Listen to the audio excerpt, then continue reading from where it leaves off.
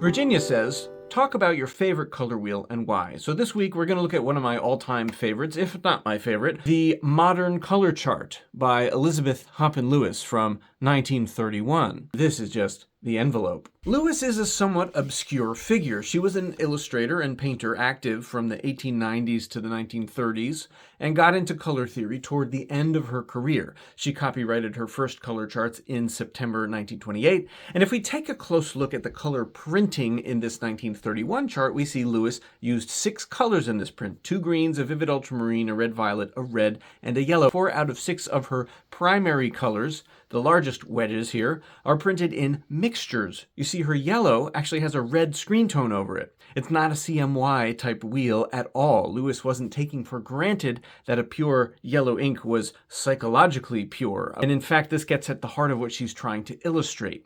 She was trying to meld 2 different color theories together. She says here, this chart unites the Helmholtz-Koenig spectrum triad, meaning red, green, blue, and the Ladd-Franklin 4 unitary color sensations, the psychological primaries, red, yellow, green, and blue. This is major. This is like this little artist's color wheel is taking on a huge, crazy ambitious project. The fact is there were 2 competing theories of color vision, and that was confusing to the public. It encouraged art educators to write off color science altogether. And second of all, the theory of 4 psychological primaries in 2 opposing pairs, like red versus green, yellow versus blue, that's usually credited to Ewald Hering, who proposed opponent process theory in 1878. But Elizabeth Hoppin Lewis doesn't credit him. She credits Christine Ladd Franklin. And Christine Ladd Franklin is a really interesting figure. She worked in Helmholtz's laboratory and attended his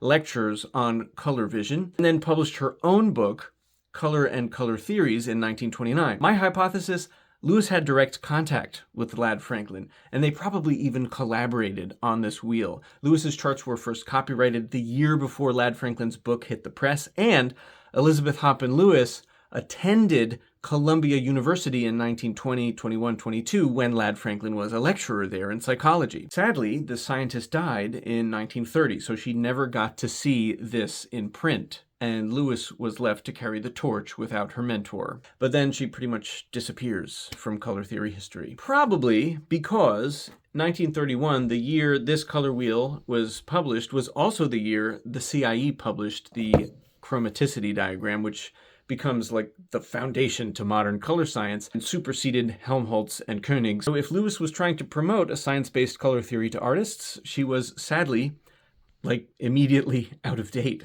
I guess that's why I love this color wheel. It is lovely, it is ambitious, and it is a little bittersweet. What color wheels do you want to see me feature next on Color Wheel Wednesday? Leave a comment!